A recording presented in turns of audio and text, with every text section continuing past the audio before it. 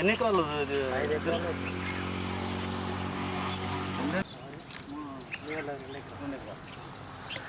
మొత్తం ఇక్కడ 7 ఎకరాలు.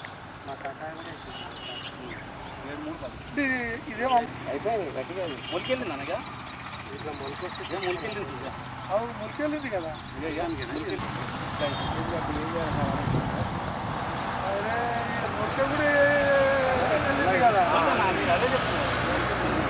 ఎట్లా వెళ్తారు, ఎట్లా ఎన్నికరా దాన్ని?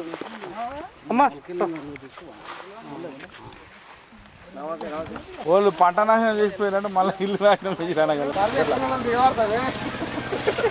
అట్లా చూస్తున్నట్ల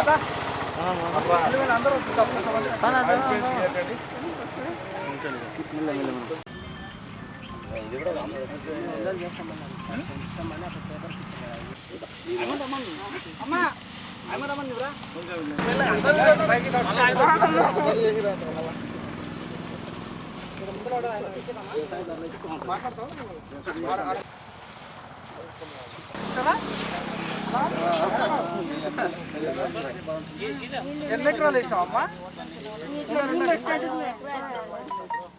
3 ఎకరాలా? ఇది ఇది ఎన్ని 3 రోజులైనా? ఎవరు వ్యవసాయం వాళ్ళు ఎవరు రాలేదు ఇదంతా. దాదా కృష్ణాస్వామి ఇట్లరా, కృష్ణాస్వామి ఇట్లరా. ఎన్ని ఎకరాలమ్మా?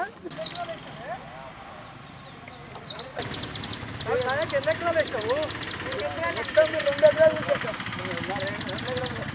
ఎంత పెట్టుబడి పెట్టావు?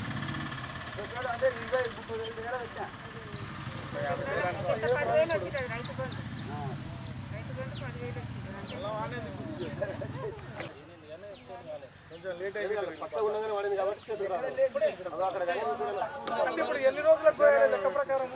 లోపల చాలా వ్యవసాయ భూములలో పండించిన పత్తి కానివ్వండి, అదేవిధంగా వరి చేను, కందులు, ఇవన్నీ చేనులు మొత్తం ఈ వర్షాల వల్ల ధ్వంసమైపోయినాయి. వరి చేను అయితే ప్రతి దగ్గర చేనులలో మొత్తము పండుకున్నది, మొలకలు వెళ్ళినాయి. చూడండి ఇక్కడ మొలకలు వెళ్ళినాయి. పత్తి కూడా మొలకలు వెళ్ళినాయి, ప్లస్ నల్లగా అయిపోయినాయి. అదేవిధంగా ఇక్కడ పసుపు రోగం అనేది ఒక రోగం వచ్చింది వరికి, కాటిక రోగం. అంటే ఇటువంటి పరిస్థితుల పట్ల ప్రభుత్వము రైతులను ఆదుకోవాలి.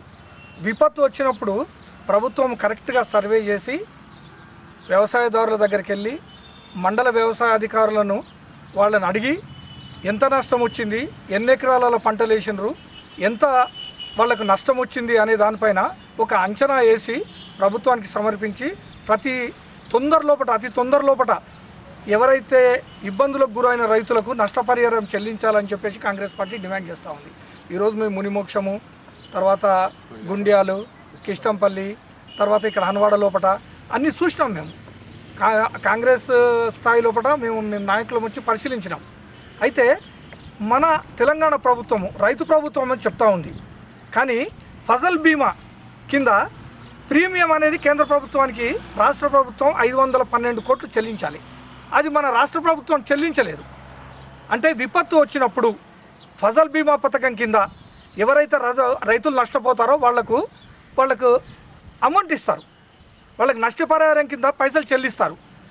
ప్రీమియం కట్టలేదు మనం, గత 6 ఏళ్ల నుంచి కూడా ప్రీమియం కట్టడం లేదు. ఇంకా ప్రజలకు ఎక్కడి నుంచి వస్తాయి? రైతులకు విపత్తు లోపల నష్టపోయిన రైతులకు పైసలు ఎక్కడి నుంచి వస్తాయి? కాబట్టి ఇప్పుడన్నా మేల్కోనండి అని చెప్పేసి నేను టీఆర్ఎస్ ప్రభుత్వాన్ని అడుగుతూ ఉన్నాను.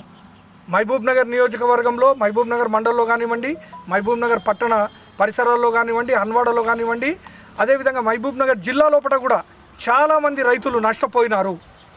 ఈ విపత్తు వల్ల వాళ్ళు అప్పులు తీసుకొచ్చినారు. 10,000, 20,000, 30,000 తీసుకొని వచ్చి 1 ఎకరా 2 ఎకరాలు వేసుకున్నారు. వాళ్ళు మొత్తం నీటిలలో మునిగిపోయినాయి. కాబట్టి చాలా నష్టంలో ఉన్నారు రైతులు. తక్షణమే ప్రభుత్వం ఆదుకోవాలని చెప్పేసి కాంగ్రెస్ పార్టీ డిమాండ్ చేస్తూ ఉంది. అదేవిధంగా ఏదైతే రైతు బంధు ఉందో, రైతు బంధు కూడా చాలామందికి పడలేదు. రైతు బంధు ఇప్పటికే అప్పుల్లో కూరుకున్న తెలంగాణ 3 లక్షలకు పైచీలకు అప్పులు తీసుకొచ్చినాం. బంగారు తెలంగాణ, అప్పుల తెలంగాణ ఏర్పడ్డది. రైతులను ఆదుకుంటామంటున్నారు.